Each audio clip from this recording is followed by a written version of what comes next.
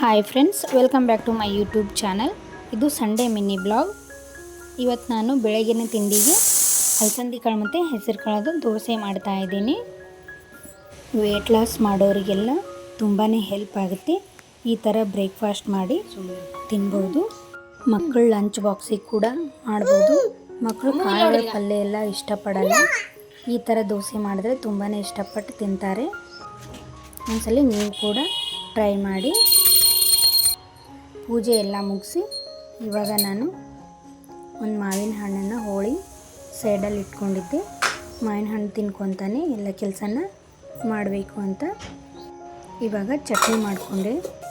ಆಲೂಗಡ್ಡೆ ಪಲ್ಯನೂ ಮಾಡಿ ಈಗ ದೋಸೆಗೆ ನಾನು ನಿನ್ನೆನೇ ಕಾಳುಗಳನ್ನೆಲ್ಲ ನೆನೆಸಿಟ್ಕೊಂಡು ರಾತ್ರಿಗೆ ಮಿಕ್ಸಿಲಿ ಹಾಕ್ಕೊಂಡಿದ್ದೆ. ಅದು ತುಂಬಾ ಚೆನ್ನಾಗಿ ಉಬ್ಬಿ ಬಂದಿತ್ತು. ಈಗ ದೋಸೆ ಹಾಕ್ತಾಯಿದ್ದೀನಿ ನೋಡಿ, ಎಷ್ಟು ಚೆನ್ನಾಗಿ ಬರುತ್ತೆ. ನಿಮಗೆ ಯಾವ ಥರ ಬೇಕು ಆ ಥರ ದೋಸೆನ ಹಾಕ್ಕೊಳ್ಳಿ. ನಿಮಗೆ ದೋಸೆ ಕ್ರಿಸ್ಪಿಯಾಗಿ ಬೇಕು ಅಂದರೆ ಕ್ರಿಸ್ಪಿಯಾಗಿ ಕೂಡ ಹಾಕ್ಕೋಬೋದು. ಸಾಫ್ಟ್ ಬೇಕು ಅಂದರೆ ಸಾಫ್ಟಾಗಿ ಕೂಡ ಹಾಕ್ಕೋಬೋದು.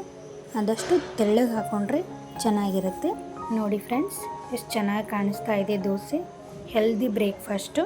ಡಯಟ್ ಎಲ್ಲ ಮಾಡೋರು ಕೂಡ ಈ ಥರ ಕಾಳುಗಳ ದೋಸೆನ ತಿನ್ಬೋದು. ವಿಡಿಯೋ ಇಷ್ಟ ಆದರೆ ಲೈಕ್ ಮಾಡಿ, ಶೇರ್ ಮಾಡಿ, ಸಬ್ಸ್ಕ್ರೈಬ್ ಮಾಡ್ಕೊಳ್ಳಿ.